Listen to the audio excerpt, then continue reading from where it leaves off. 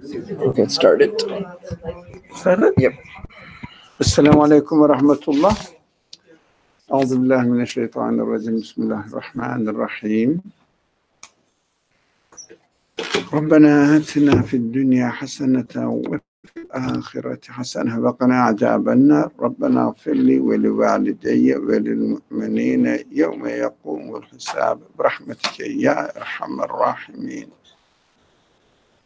لا إله إلا أنت سبحانك إني كنت من الظالمين وصل اللهم على محمد وعلى آله وأصحابه وأتباعه وسلم والحمد لله رب العالمين.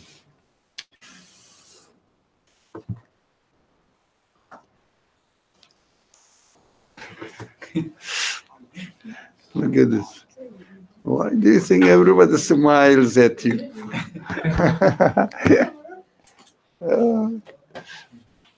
So we were about to come to the end, conclude the chapter. We are reading Takathur. And the last verse we were left last week. The last verse says, ثُمَّ لَتُسْأَلُنَّ يَوْمَئِذٍ عَنِ النَّعِيمِ. So am I okay like this? Or go further? So we will give a break, inshallah, for Maghrib prayer. After some time, inshallah, maybe we finish this and then go there. So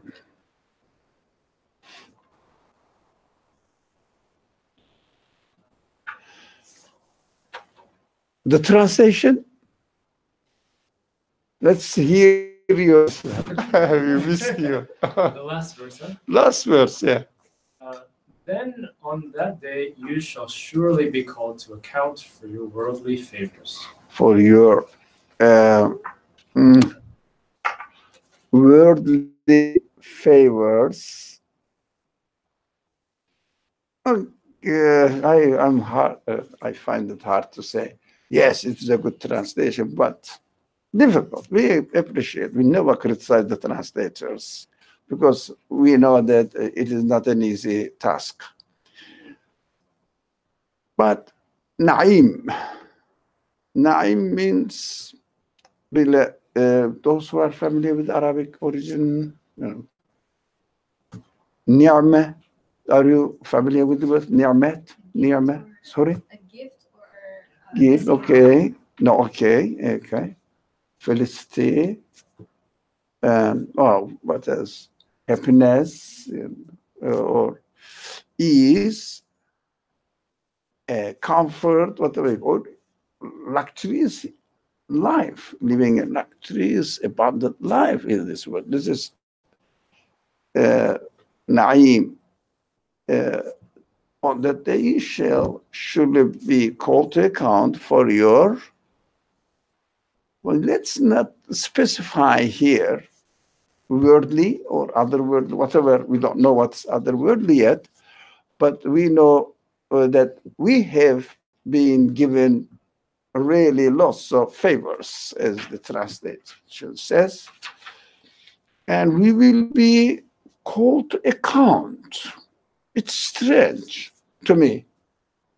Since I'm here, I'm given, why do you call me to account? What do you think? Somebody, for example, I am here. I didn't bring myself here. Somebody brought me here and gave me something, and they said, I will call you to account. What does it mean? You say, I didn't ask. I didn't come here. I didn't ask to give me, and you already gave me. That's your favor. Okay, but why do you call me to account? So we have to question this. Letus'alunna, it also means that you will be questioned. So again, I will say they will be called to account is not a good translation. Maybe better now I understand that you will be taken to question. Question about, well, very simple. what have you done with what I have given you freely? Yes? Rather than thinking about to be called to account, but let's be fair that it is given to me by someone. Okay, what did you do with it? I'm not really interrogating you. I'm not really accusing you. I will say, look, you brought me here. You gave me whatever I have whatever I have been given here. So why do you take me to account? But the one who gave it to you, what did you do with it? Right? Why am I questioned? Why am I expected to be questioned about this? Why? Not because for an external reason, for an internal reason. For example, if you are invited somewhere, then even your taxi fare is paid because you didn't make an effort. I didn't make an effort to come here. I have been brought here. And you give whatever this person needs, not necessarily only food, but including the food and clothing and or amenities we have. Luxurious things. The world is really offering us a lot. Whoever is providing it, they say, for example, look, I gave you such and such things. For example, I gave you yesterday this food, that food, that food. Let's say 3 kinds of food. So today I said, shall I give more to this guy? I said, let me ask, what did he do with it? What did he do with it? If he really utilized them or waste them. So if you invite me,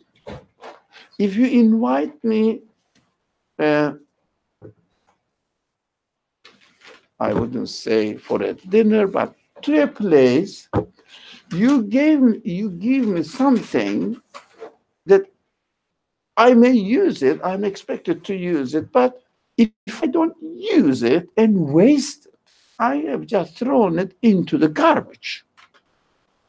So this man say, was it nice? Last night I gave you this. You say, I don't know. Why? I didn't use it. So do I feel to give the same thing again on the following day? No. Is it a punishment? Our concept of being taken into account is changing. No, it is not a punishment. I didn't utilize it. I didn't benefit from it. So the condition, the definition for utilizing the things which are given to us freely must be really defined. What am I expected to do with the things that I should utilize them in the real world, in this world? What am I expected to do with them? Can you guess? Utilize for my own benefit. Yeah? It doesn't mean in a selfish way. For example, you gave me a bowl of soup, nice one, but I know that my friend is much more in need of it. I gave it to him. I utilized it. Didn't I throw it into the garbage can or bin? No, I utilized it. Now, for my own benefit doesn't mean that only for me, not for anybody else. No. Use it within my own life conditions or capacity. It means utilize it within myself. What? I don't think I am clear. I made it clear. What does it utilize it within myself? Within? Would you like to say anything? I have a question on this. Okay, but if I forget, remind me where we were. where we left off. Yeah. So when you say utilize for myself, and obviously not in a selfish way, I guess that depends on one's understanding of what their consciousness allows them to, let's say, extract from existence. If my perception of something, let's say a cell phone, right? If my perception is this is meant for my utilization, depending on my perception, I will now use it this way. But if I say no, let's say it's not for making phone calls, but it's for holding paper down or any other reason. At the end of the day, it still depends on my perception. Even though I will use this phone for holding paper down, which is not for my what do we say? It's not fulfilling anything I want. It's fulfilling what I think deserves to happen. But at the end, it's dependent on my perception. Yeah. No, I like the word perception. I am going to utilize it. So what does it mean? What do I mean? What do you mean? Well, it's not a question. I understood that you meant by utilizing it. It means within yourself, within the capacity you are given. The capacity of human being consists of what? Only need. Utilizing within my own need, so that I am responsible for taking care of the things which are given to me within my own capacity as I need. But I need means, for example, do you need, just analyze yourself, be careful yourself. For example, if I am not very hungry really, and my friend is, it's a person next to me is, right? There is no specific that it has to be my friend, or it has to follow my religious tradition, which is the most misunderstood concept. Especially among the Muslims, they keep saying the Muslim brother. No, never, nothing happened. Nothing such this in the religion of, we will study that Islam, you will have your Muslim brother. I mean, there's no such a verse or anything in the Quran that you have to, what? Quran always says what? Open-ended, needy, poor, helpless people, among around you, not necessarily Muslim brothers. That is side subject, which is very important though. We just make it specific to certain community, which Quran does not. I don't know, turning some sort of religious identity into a nationalistic, conservative, preserved attitude. That's our tendency. What we have to admit that it is wrong. That's something else. Okay. Helping somebody who is in need of me, and giving what is given to me to somebody who is more in need of me, is also using through my own perception, the word I'm borrowing from you, or from within my own human capacity, right? Using my human capacity. So what is going on now? All the things, let's call this favors, but the translation says favors. Okay, it's not wrong. All the favors given to me must be questioned. It is strange. It may be, it seems to be a little bit alien to you. God is going to account, so we are responsible for God. But in this world, we are responsible within ourselves. Do you notice that? My perception, I have to use it according to my perception. For example, if you waste something valuable, if you don't use it, do you feel comfortable that I just throw it away? No. It is with you. Now, if you give it to somebody who is more in need of it than you. Do you feel something, some happiness in you that you did some good job? This one new. It is given to you. But we have to understand that we will be accountable or responsible within ourselves. But it looks like as if we don't need religion. No, the religion is just a guidance to you to show you the, if you like, perspective which is not available for you within your own capacity, although when you are taught, you can understand. Am I making the subject complicated? You can understand. Religion says, for example, now we will come to this point. All the things are given to us. Ultimately, I'm just fast forwarding the subject. Ultimately, to utilize them in order to become aware of the infinite end of it. Look at this again.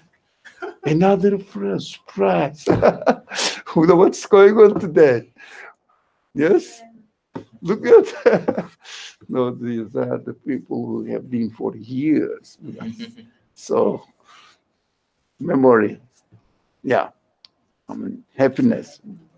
So it is a gift as well, you know. It's a kind of favor that we benefit. Look at people are smiling each other. Yeah. Okay. We have to understand this. Religion comes to teach you. It was your creator, my creator. If you like, interferes into my feelings and what is going on in this world, and pointing out to the how to say end extent that I cannot go by myself. What is that? What is that? One thing. Everything in human beings are in the form of need. So need. Not a source of production, but need. Even you produce something in order to fulfill your need, right? You get your need. Are you going to produce something which is not useful to anyone, even plants, animals, at the end, human beings? No, I wouldn't do that. No benefit. Because it doesn't really satisfy any of my need. You understand this process. So the main and most important need of human being is to have a perpetual life, existence. And every satisfaction must be eternal, with no end. But in this world, it doesn't seem to be. Your creator comes in and really interferes into your dialogue between what is given to you, how are you going to use it? Use it for an eternal end. It is possible, I will tell you. That is where we need the instruction from our creator. But if we were not introduced this instruction from our creator, who is the creator of also what? Most important thing, Khadija? Creator of my need for Eternal satisfaction. Eternal satisfaction. Who wouldn't like to live, to exist with felicity eternally? But everything is perfect. Would you like to have an eternally perfect satisfaction in your existence? No illness, no getting old, no need of anything, no suffering. Would you? Can speak. I guess, yeah. Yes, it is human.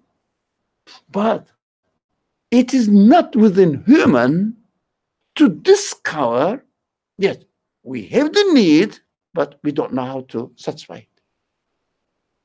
That is what not given to us within this world, but it is given to us in is the signs, as signs in the creation, and the creator comes, look, read the signs, and then you will understand you need eternity.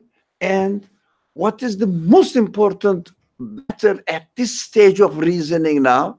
You need eternity, and this sense of eternity, continue please. This sense of eternity Well, is given. let me say what's on my. Okay.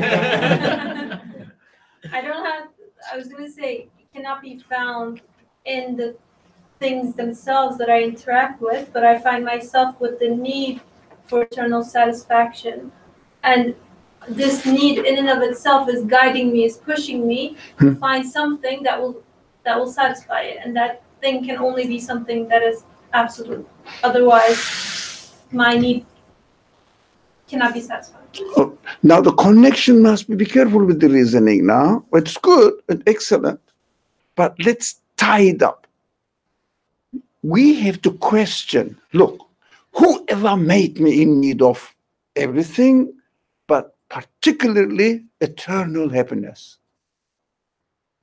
We need eternal happiness. This friend said, yeah, if everything is perfect, why not? But if I'm going to get ill and just living last days of my life in hospitals and being taken care of by others and being a burden on others, no. But felicity, in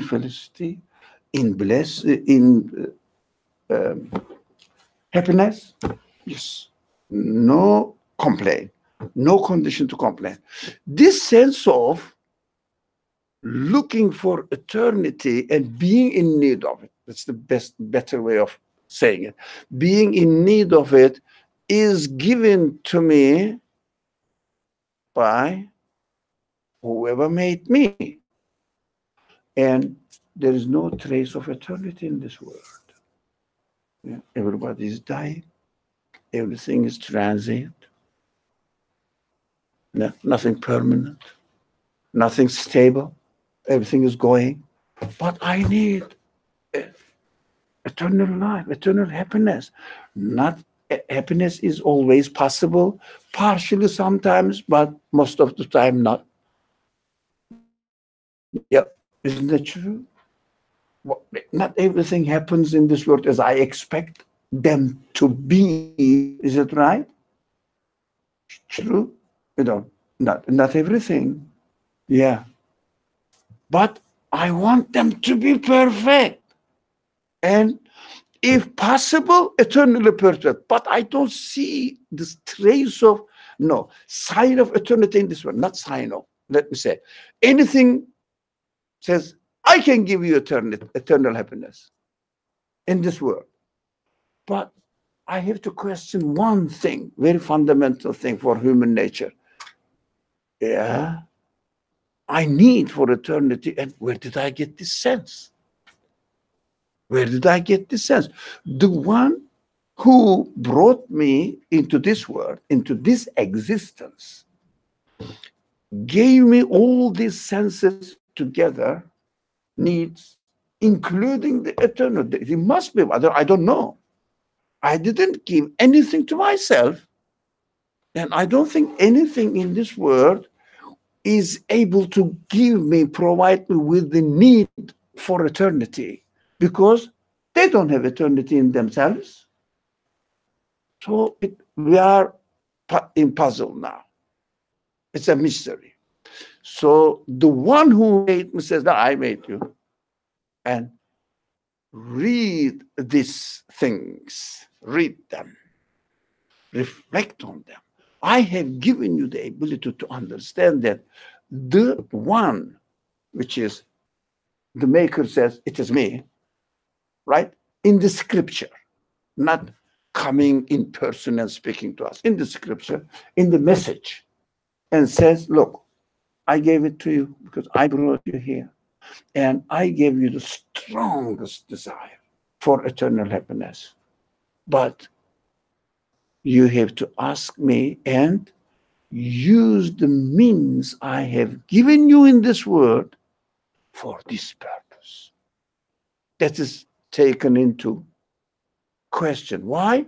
Everything is a sign demonstrating that you need this satisfaction, whatever satisfies you, whatever the favor you receive, must be eternal. Now, who wants to get married and, let's say 6 months later, have a fight and separate it? Yeah, in order to fight and separate it in 6 months. Who would like to do that? Would you? But everybody gets married with an wish, hope, expectation. They will be as young as they are now. They will be as happy as they are organizing their marriage preparations. During this marriage ceremony, there will be lots of quarrel, forget about that, among the parents of both sides. It shouldn't be like this, it should be like that. Lots of, but the two couples said, okay, let them quarrel now, but we will be happy with each other, won't we? They say, okay, let my mother shut up, do whatever she wants, but the following day, we will do whatever we want. We agreed on it, don't we? Yeah. Okay, we agree. But does it work in this way eternally? No. When they get old, they start watching one of them, the TV there, the other one's on the other side, because their interests is separated. They just ignore themselves and wait to get completely separated. It must die. If you really think of the end, you will never get married. So it's better to stay as well with your imagination so that you can go ahead with the project, your expectations. This is, in fact, a sign that I always need anything pleasing eternally. Here we are. Sorry to interrupt. Can you all make Maghrib in this room? They're just doing a program in there. Is that okay? Is that what you usually do? No? But I don't think we'll be opposed to that idea. Can we just pray here instead of praying there?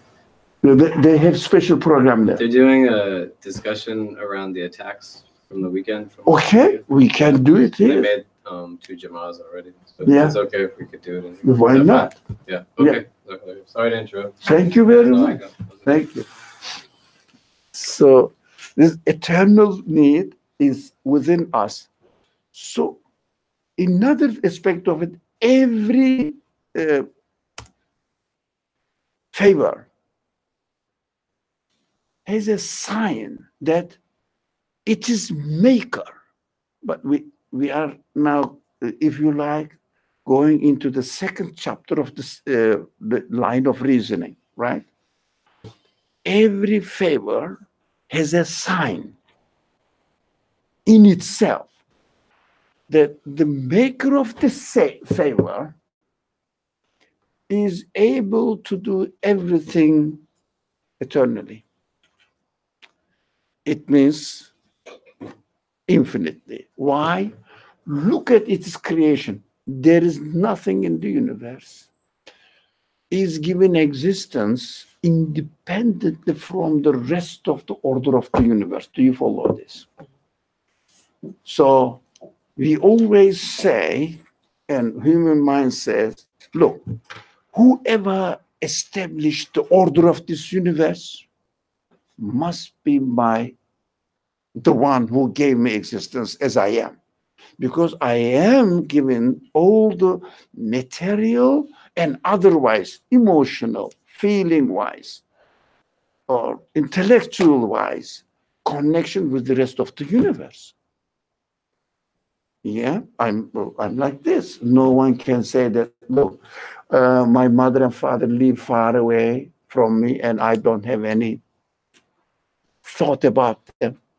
I don't really care about them because I don't see them. No, your heart is there. Your feeling is there. If you hear God forbid, a bad news or very exciting special event, you go and join them, right? And share the feelings. And if they need you for a help or anything that they are in need of your aid, your help, you go and try your best to do something, don't you? Yeah, you don't just ignore them. Although they are far away from you materially, but you have still connections. And do you love the things and do you really appreciate them? For example, let's say one day in New York, without harming anyone, the electric power went off completely. Sorry? It did happen once. It happened years ago. I heard that it happened only once. For no reason, they couldn't explain it. And then it went, the power went off. But whatever, everywhere is completely dark at night. You start seeing the galaxy out there. Oh, it's beautiful. We didn't know that. So why are you interested in the stars? And everybody's taking pictures. Why? They are millions of years away from you. Why are you interested in them? In the decoration up there and beauty. Or if it is possible, if someone takes you to the deep of the ocean and you see all different, thousands of different kinds of fish living together or separately and enjoying themselves, swimming this way, that way. Oh, if you see a documentary, would you like to watch it? Yes, it would be exciting. If someone goes into forest, let's say rainforests, and if they take the picture of the animals living there far away from the sight of human beings, would you be interested in the life of these animals and enjoy them and from their beauty? Yeah.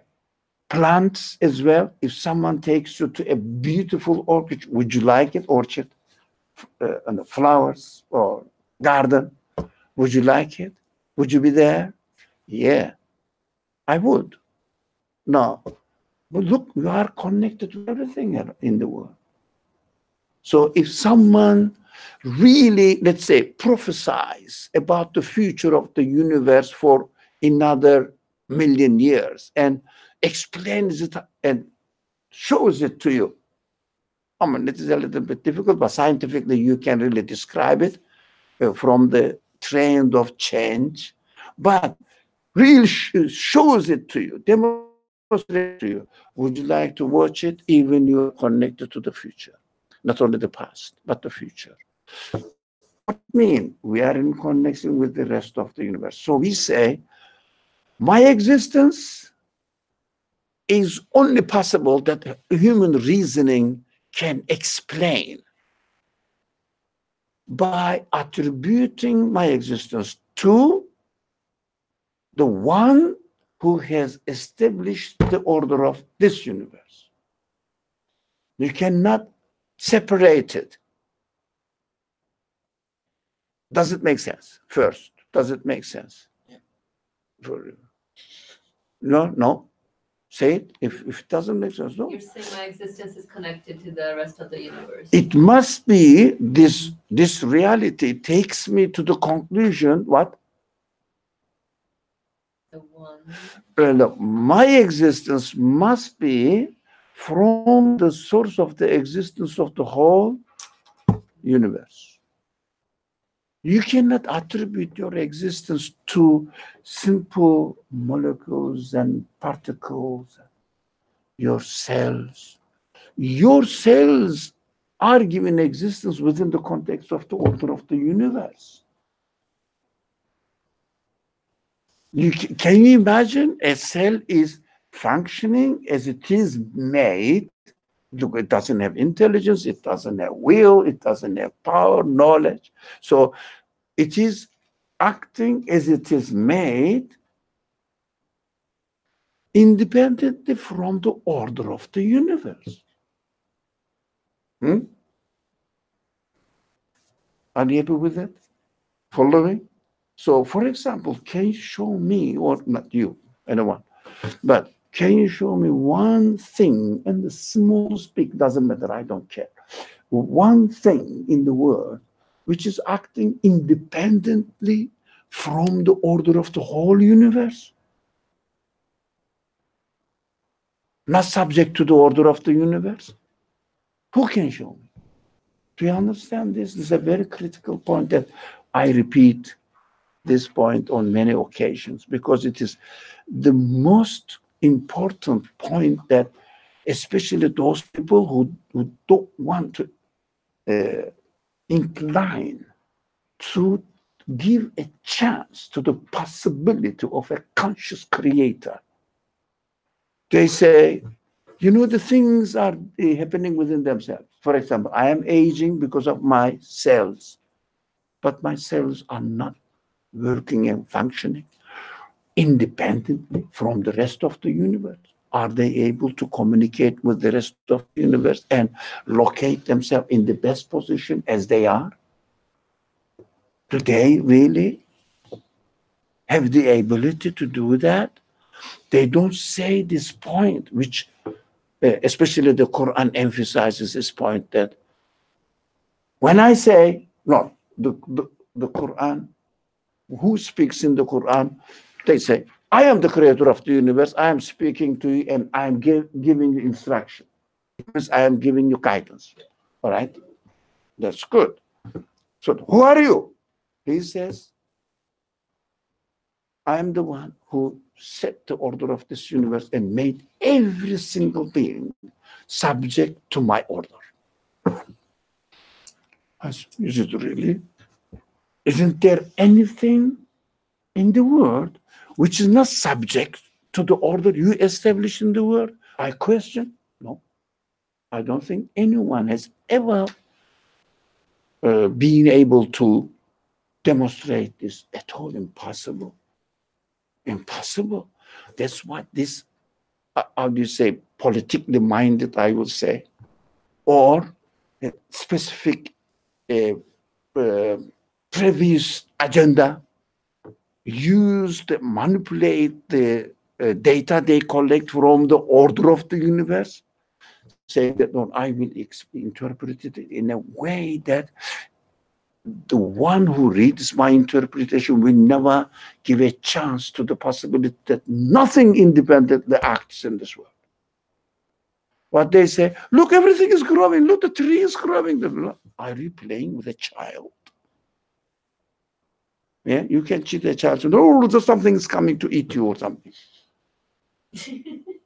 What are you doing? You are a scientist. You claim to be the most intelligent people, scientists in general, not all of them, but those people who have an agenda. I'm going to deny the creator. So I will interpret everything as much as possible. When they don't have the answer, they hide it. They don't mention it because they don't have the answer. So Quran emphasizes on this point. God is the one. He says, I am the one who created the universe.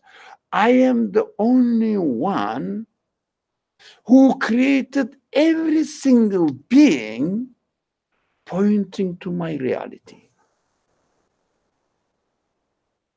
Now the Quran's word is ahad.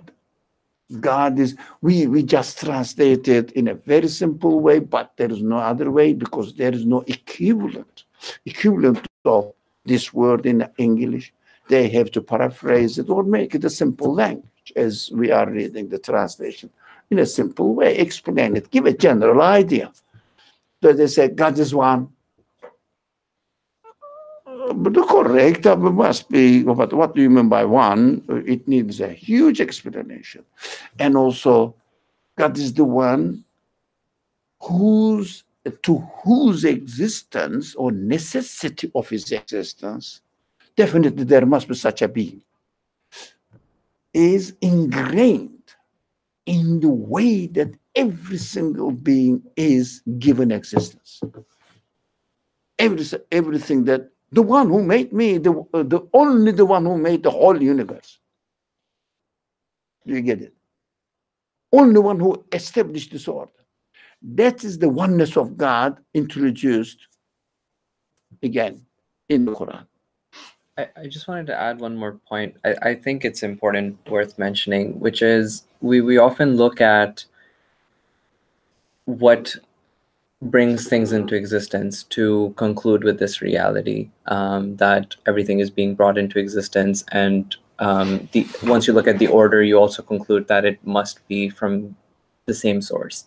But I think the more I look into, can anything itself, or with the help of anything else, take itself out of existence? The mere fact that that itself is not possible reinstates the conclusion that not only that you can bring things into existence, you can't even take them out.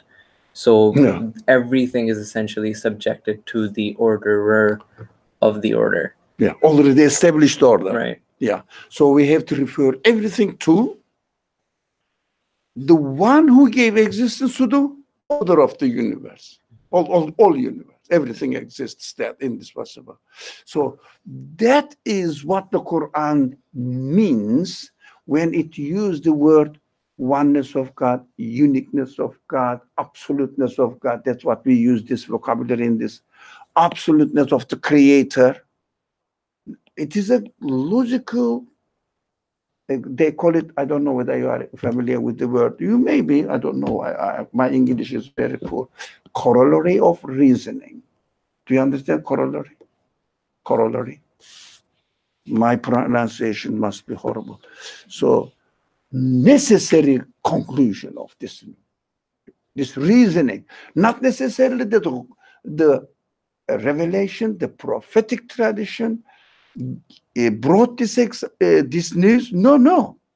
You cannot attribute anything to anything else. But it opens up in the minds of the people when we hear it. Oh, it must be so. This is what I mean. Yeah, it must be the reality. I have to wake up. Like the students, you have been in the study institutions of learning, you don't know. You come to the class, you don't know anything about the class, content of the class, or what is going to be taught. But you have an introduction, maybe one page on the syllable, says we are going to study this and this, and oh, this is interesting. Let me take this class. You take the class, but you don't know the rest of it, only the titles, subtitles of the topics. As a teacher explains it to you, you say, but it means two things. This capacity to learn this subject, it was already with you. But the teacher helped you to uncover it. That's what we have to understand. That's how we are. That's why we need the teacher to ask what is already with me, but I need to be taught. That's our reality. Everybody goes to school. Even they don't go to school and take homeschooling. Their parents teach them, or their private tutors teach them. Still, we need some sort of involving into teaching process, learning process. And then we discover what is already in us. So need for eternity is already within us. But we look at the world, no one remains in this world. Everybody, everything, not only human beings, animals, plants, they say the stars also have a limited time period. And they disappear. They are temporary. Okay, that's right. That's what I experienced. That's so simple. But, I have a wish. eternally happy. That's why most of the Western culture centered or productions of stories and with what? They lived happily forever or ever after. But ever after, no ever after in this world. Where is it? There is no ever after, ever after. But that is human desire. All the unspoiled, uncorrupted nature of human beings, children, they love this story and they end up something so that they won't be disillusioned, saying that they lived for 100 years and then both went into the earth and now they became delicious food for the worms. Children, really, their emotions, their feelings have not been spoiled. They start crying. Tell them, try them. They cry. Even they are going to live in this world 100 or 200 years, happiness. Still, at the end, they will die and disappear, perish away. They cry. If you try them, try and teach them. But if you give them an open-ended happiness, they will live happily ever after. And they just imagine that, although they don't think that it's possible in this world, what's going on? Now, we have to pray and come to this verse. So, one day will come. You shall be questioned. What have you done with your capacity, with your own ability that I gave you? Did you utilize it? Now, the third chapter is starting. Not long, hopefully not long. Third chapter of today's discussion is, okay, if you do not utilize it for the eternal life, eternity in their existence, pointing to the necessity of eternity. If you say, no, I don't want it, do you think the one who gave you this sense will give you? Because you, I don't want it. It's not possible. Yeah? I don't want it. It's not possible. Although I desire, but it's not possible. You cannot do it. You cannot give me. But the one says, the one who created the universe, look, I gave you existence, it is me. Nothing else in the universe can be the source of existence of anything. Bringing into existence. Is that? Can you imagine anything that it brings into existence something apart from these fake magicians? They claim, but they cannot give existence to themselves. Although they say, look, out of nothing, out of blue, I gave existence to this. It's a magical trick. Not real. Nothing in the world. No quality that anything has in this world which will be the source of existence of eternity or themselves. Oh, okay. Now, if you say the one who gave you this sense and guide you with this, with the wish for eternity, living happily ever after, okay, you say, no, no, no, you cannot give me. And so I don't want it. No, it's not possible. Why should I want it? Do you think this person will get it? Get it? Well, for example, if somebody offers you something that you need, and is it, do you want more? No, thank you. What happens? You don't get it. You don't get it. Yep. So if somebody is in need of something and you have it, you say, look, shall I bring you some? Whatever you need. You say, No, this man cannot give it to me. No, thank you. Go. Do you think this man comes and gives? He chased away. That is why. We're getting close to it. Okay. I'll ask after. Are you sure? It is just related to this point? It's related to this point. Okay, well, go ahead then, but remind me where we are. We left. Somehow if I'm in this situation and I tell someone, I ask somebody, do you need something that I have? Hmm. And the person says no, but I know this person really needs it. Yeah. I feel that I'm inclined. I'm just thinking about my own feelings. Hmm. I really still want to say, hey, Yeah. I think you really want this. You need it. Yeah, you need it. But he says, no. So is it the problem that the person, even if they're given, they don't know what to do with it? No, they deny it, that you cannot provide it. You cannot give it. So even if you brought it, he wouldn't accept. He would throw it away because no, it must be something wrong. It is not possible for anyways. Throw it. So it's not the person that is giving or trying to give that rejects, Yeah. but the person that is in need of it, even if they had it. Yeah. Don't Throw it away.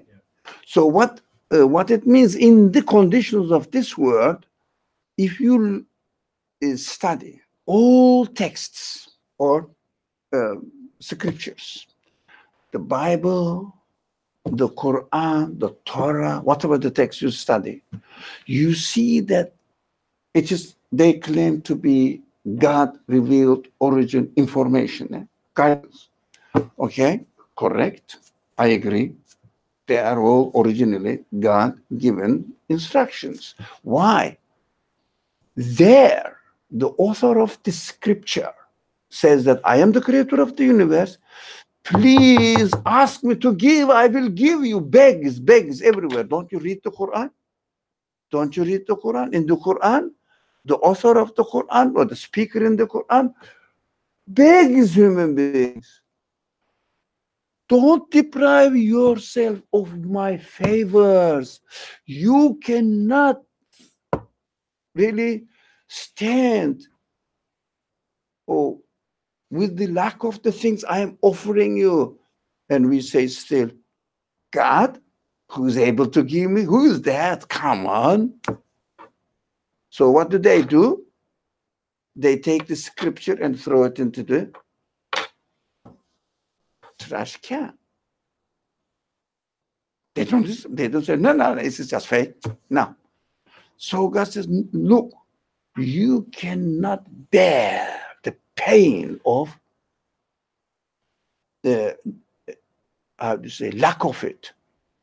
You will be really in a terrible, miserable station, which is called, in the language of the Quran, is perdition, hell. Yeah, there are other in the literature, the other literature, the Jahannam. In the language of the Quran, Jahannam. It is fire. We studied fire before. The nature of fire that mentions. It means really, really burning you and never is satisfied. Okay, we studied before you. So, can you satisfy the fire? Fire will say, no, I cannot take it more. Give fuel. What happens? Increases. Give more fuel. Increases. You say, no, I cannot burn it anymore. Think about it. Have you ever thought about it? That is the sign. That is the language in the scriptures, especially in the Quran, describing that if you don't offer, you will be in fire which has no end, because it is own nature doesn't get satisfied with anything. Endlessly burns. You give more, burns more. Now, that is the allegoric or metaphoric teaching of the nature of the hell, that we will suffer forever if we really reject it. What are we going to do? It's so simple. I have the desire.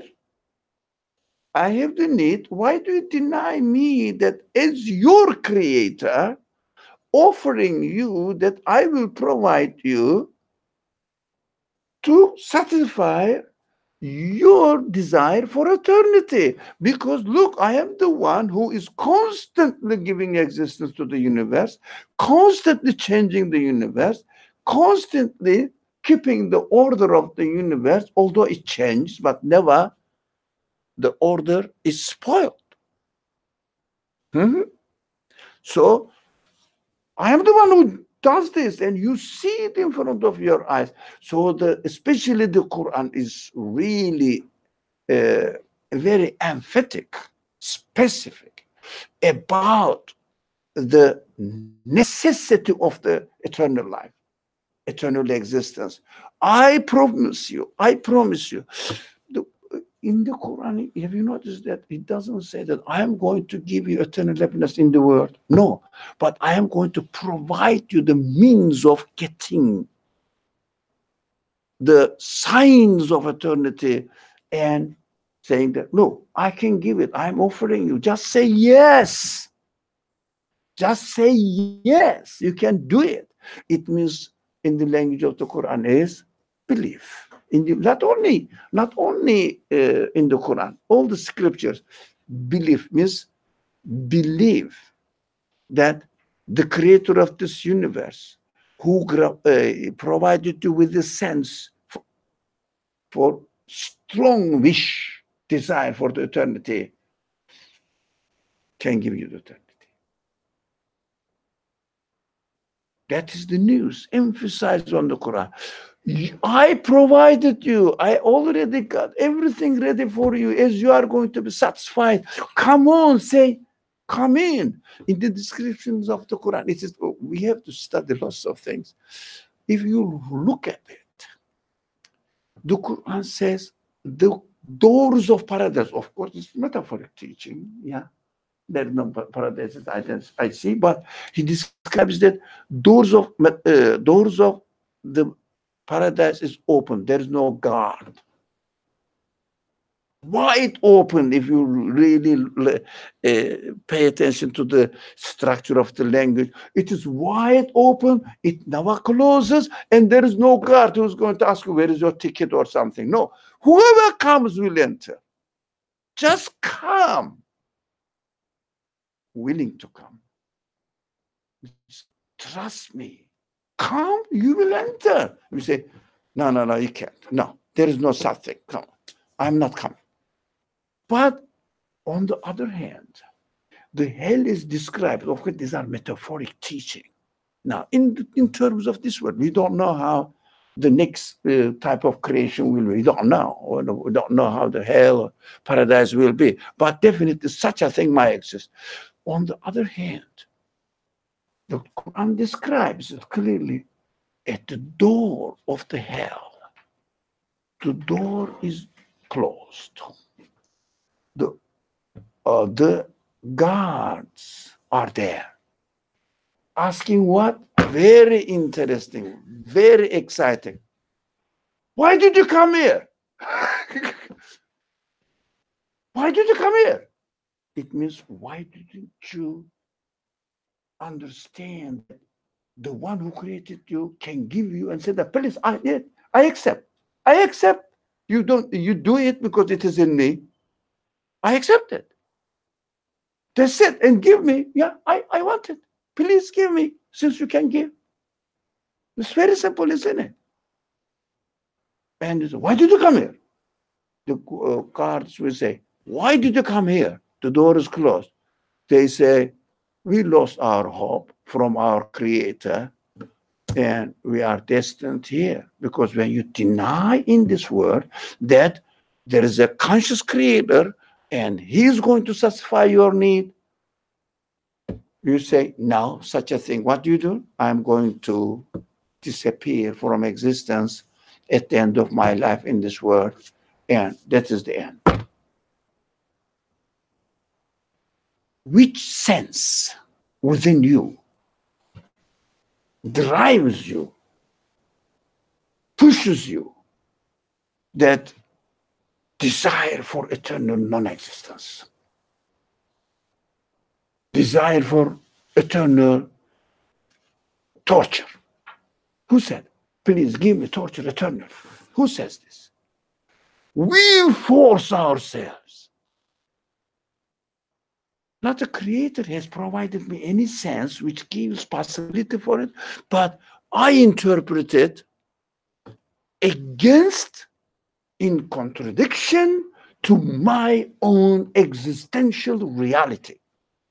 Do you get it? That's why in the Quran description is, the guards will say, why did you come here? They say, that's why we destined ourselves here. Okay, get it. This is what I mean? That is the description scenario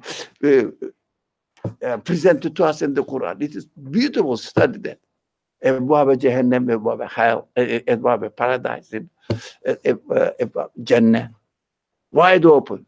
And also the Quran says there is one door for the hell, but there are a lot of doors for the paradise. It means you can approach the teaching this way or another way or another way. Every people takes another course of action. It's okay, because in the description of the Quran is not necessarily you will imagine a garden which has many doors to enter. No. It is just a description of the nature of hell, nature of paradise that is provided for human beings according to their conclusions. Do you think that God is punishing people? We think that those people who deny God, He will punish them. No, I don't believe that. We put ourselves in a torture, or we put ourselves in felicity, happiness. But this is our attitude. Our attitude. There is food there. You are hungry on the other side of this building, and the smell is coming. You desire what you said. But you say, no. There is no food. It's not possible. Look, that's the wall. Where is the food? That's the wall. I can see only the wall. That's materialist worldview. And do you get the food?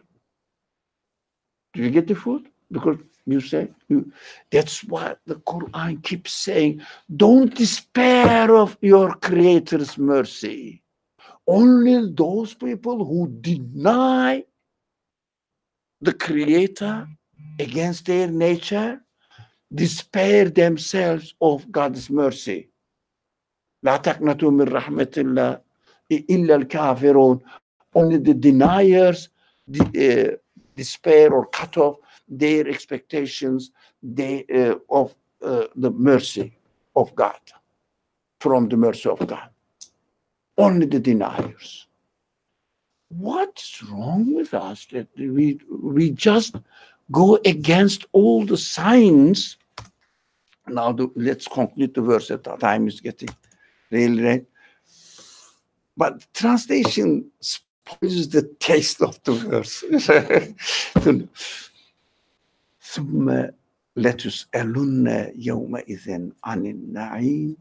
Now, when you think about it, when you come to a point, then you will be questioned. What have you done with the let's say favors, banquet I provided for you? What have you done with it? Okay? So, do you want more, or did you just throw it into the trash can? What did you do with it? And here we are. Everybody has his own answer. I said, no, you cannot give me. I don't want it. No, I want it, but it's impossible for you to give me. There is no such thing. That's what we are suffering from. Or from our own conclusions. We put ourselves in hell position in this world, complete despair in this world, not necessarily in the hereafter as well, but starting from here. Now, so, I have to enjoy myself until I die. Why? After I die, nothing will happen. So that somebody says the prophets come, the messengers of God come and say that there is something, come on, be hopeful. Listen to yourself, listen to your own feeling, come on. They say, come on, this man is disturbing me now. Kill him or chase him away. That's what the Quran says. Why do you chase away? Exile the messengers I take you. Okay, you may be comfortable saying that, okay, this man is saying something, it doesn't make sense to me. Well, I don't care. I will enjoy myself. No, they want to chase away. They don't want the religious religious means scriptural reasoning to be spread. So if you are in the field of biology, for example, if you say, oh, what is going on in the cell cannot be explainable within the conditions of the cell itself, because everything in the cell is subject to the order of the universe. They cannot act independently. How can I say that they are really developing my being? And they say, yeah, it happens like this and there is no creator. And if you say, no, look, I'm looking at it, everything is perfectly arranged, and the things don't have their consciousness to do something. So even you make a research, it is very amazing what is going on in the United States, especially in the United States, especially here. If you say that, look, I made the research on this subject, it is something interesting going on there, and I cannot attribute the results to the things themselves. What happens? You lose your job. They take your even the title of professorship from you away. Who are they? I don't know. They say, we don't disclose. Who are they? I'm very much surprised about this dictatorship in a country where everybody claims that we are the pioneers of democracy, freedom. You are free to do everything. Corrupt people, you cannot teach religious worldview or revelation-based worldview to students, young generation. You are free to do everything, right? One thing, you are not free. You cannot criticize materialist worldview. Do you notice that? It's so strange. Where is democracy? Where is liberty? Where is freedom? Where is freedom of speech? Huh? You can criticize everyone, including the president of the state. You cannot criticize evolution theory. Why? It is just bigoted. You are bigoted. You are going against the signs which are obvious in the creation, in the world. You say, no, they do it themselves. Show me the quality that they are doing it themselves. Show me, demonstrate it to me, logically present them. Oh, you see, look, they seem to be doing look by themselves. So they look at me and they say, I'm thinking, for example, speaking, seeing, hearing. Look, you are doing it. No, excuse me. I found myself with this capacity to speak, with this capacity to see. Yeah, I cannot attribute all this to anything, to my father, to myself, to my mother, or to the food. They are stupid. I act them and they go away. They turn into energy, but subject to the order of the universe again. And how do you say that I am doing myself? I can't. I am given the quality. I'm using it. Very simple. I am using it. Did you make your eyes? Your cells are, they made your eyes so that you can perfectly adjust your everything. You know what surprises me? I don't know how automatic this lens, human eyes lens. So put all these lights here and turn it suddenly. And you start this, cannot bear it. And everything is dark. Put it one light only, not like this 10 lights, maybe more than 10. Yeah? One light, it will, you will see that it's so bright. It means it's adjusted here, automatic. These are cells, man. And deep down, bottom line of the cell is phosphate or something. And is there really conscious anything to arrange anything? You cannot speak this. If you speak, you are fired. Yeah? Did you know that thing? You are fired if you speak against a certain materialist worldview in the field of science. Yeah. In the politics of political subject, you can criticize everything, but not fundamental materialist bias mind. You cannot criticize the bias mind. Anyways, you understand that the verse? What the verse is saying now? Forget about the translation, really. Call account or something. Is it God is going to revenge you? No, no, no. You just put yourself into hell life here. And you just reject it. And you will say, okay, you didn't want it. I'm sorry. You didn't want it. Sorry. Yes. So basically, the worldly favors really points to our need of desiring eternal satisfaction. Yeah, ultimately it means that. Although you want something to eat, yeah?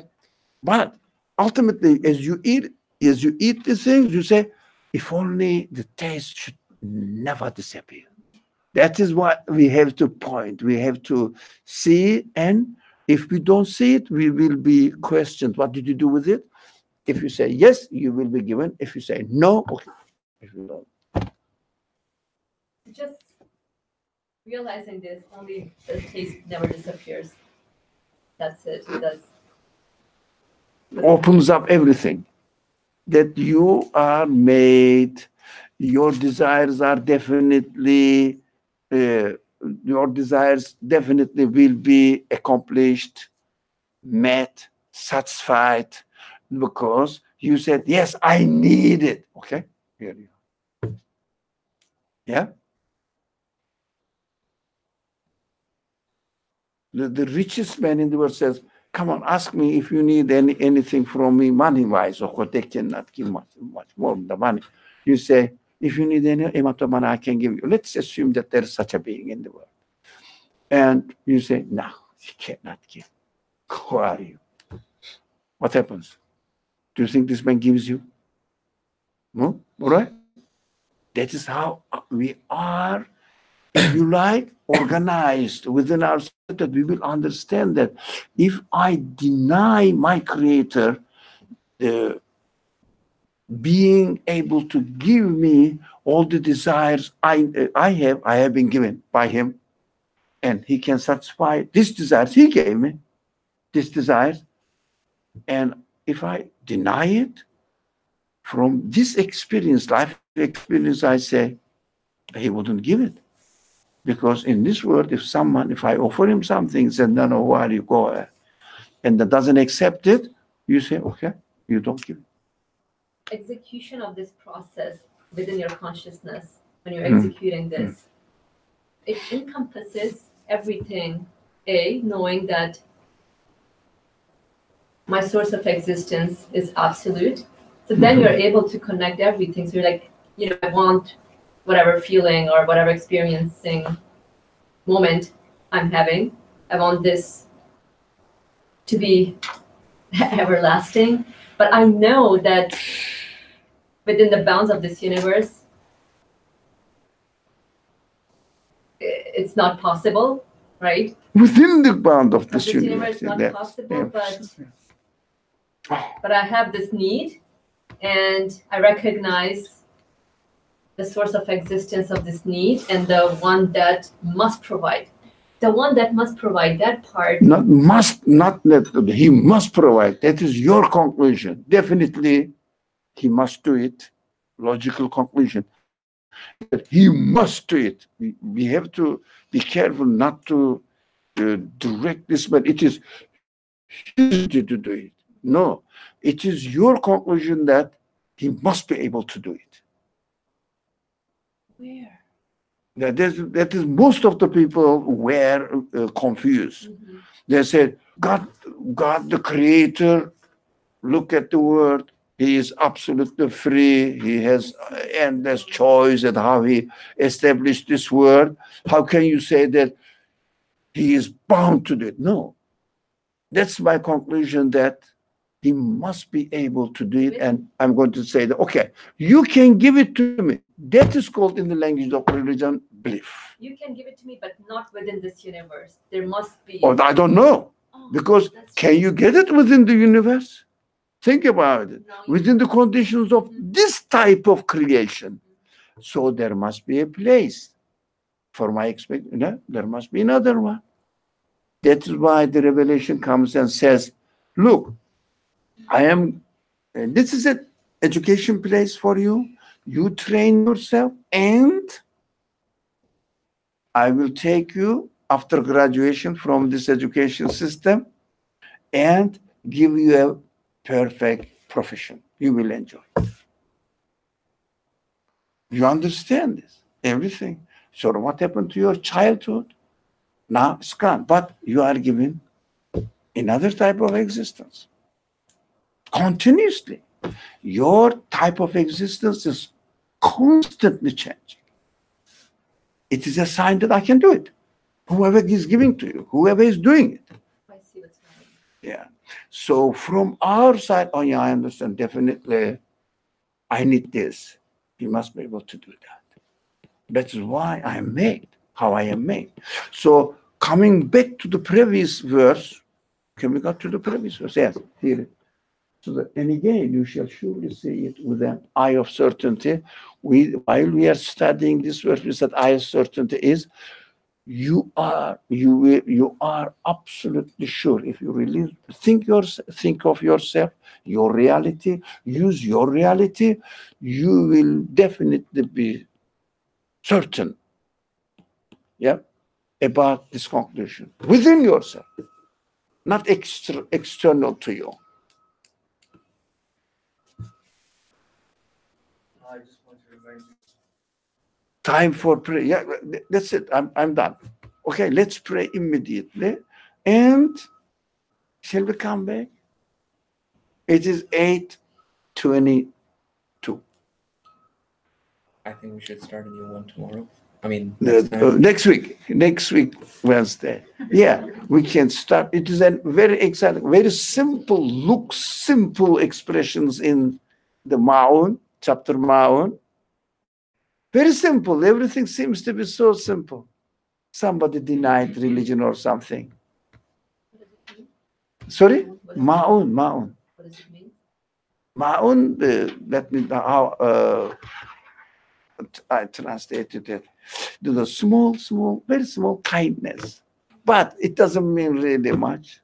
Yeah, it doesn't really mean. Connects with favor. Sorry, yeah. Style with Sorry? favor. It connects with favor. Favor, yeah. This is following revelation. After this revelation follows. You understand how the minds of the audience are developing. Yeah. So it is beautiful to read the Quran as followed by chronological revelation. Oh, it is very. But you have to take it, and that's how I should journey or take a journey in my own procession. But don't worry about it.